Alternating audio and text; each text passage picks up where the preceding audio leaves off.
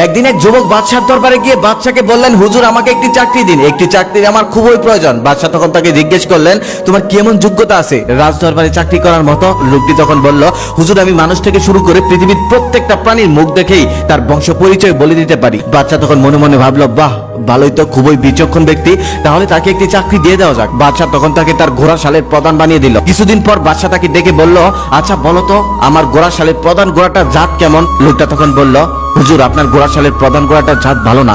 বাদশা এটা শুনে রেগে গেল, কারণ সে 1000 স্বর্ণ মুদ্রা দিয়ে ঘোড়াটা কিনেছে আর তাকে প্রত্যেকদিন অনেক ভালো ভালো খাবার খাওয়ায়, অনেক যত্নে সেটাকে পালে, এমনকি বাদশা সেই ঘোড়াতেই চলাফেরা করে। কিন্তু লোকটি তার কথাই অটুট রইল, বলল আপনার ঘোড়ার জাত ভালো না। বাদশা তখন সেই ঘোড়া বিক্রেতাকে ডেকে আনলেন, ডেকে এনে জিজ্ঞেস করলো, সত্যি করে বলো এই ঘোড়াটার জাত কেমন? তখন লোকটা কাঁপতে কাঁপতে বলল, হুজুর আমাকে ক্ষমা করুন, এই ঘোড়াটি অনেক ভালো জাতের ছিল, কিন্তু যখন ও ছোট্ট ছিল তখন ওর মা মারা যায়, তারপর থেকে আমি ওকে গরুর দুধ খাইয়ে বড় করেছি, এই জন্য ওর হাব ভাব একটু গরুর মতো হয়ে গেছে।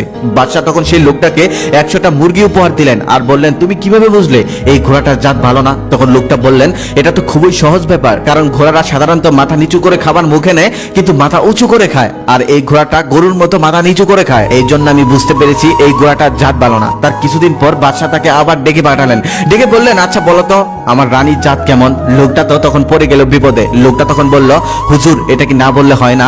বাদশা তখন তাকে আরো চেপে ধরলো, তুমি কেন বলবে না, এটা বলতেই হবে। লোকটা তখন বলল, এটা জানার জন্য আপনাকে আমাকে কিছুদিন সময় দিতে হবে। তখন বাদশা বলল, আচ্ছা ঠিক আছে, আমি তোমাকে 7 দিন সময় দিলাম। 7 দিন পর আবার লোকটা হাজির হলো। বাদশা তখন বলল, 7 দিন তো শেষ, এবার বলো আমার রানীর জাতটা কেমন? লোকটা তখন বলল, হুজুর আগে আমাকে আপনার কথা দিতে হবে, আমার কথা শোনার পর যাচাই বাছাই না করে আপনি কোনো অ্যাকশনে যেতে পারবেন না, আমার উপরেও না রানীর উপরেও না। বাদশা তখন কথা দিল। লোকটা তখন বলতে শুরু করলো, হুজুর রানীমা কোনো রাজবংশের মেয়ে নয়, উনি একজন সাধারণ ঘরের মেয়ে। এই কথাটা শোনার পর বাদশা রেগে গেল, চিৎকার করে বলল, আমি নিজের চোখে দেখে, এমনকি আমার বাবা দেখে শুনে অন্য রাজ্যের একটা বাদশার মেয়ের সাথে আমাকে বিয়ে করিয়ে দিয়েছেন, আর তুই বলছো সে কোনো রাজবংশীয় মেয়ে না।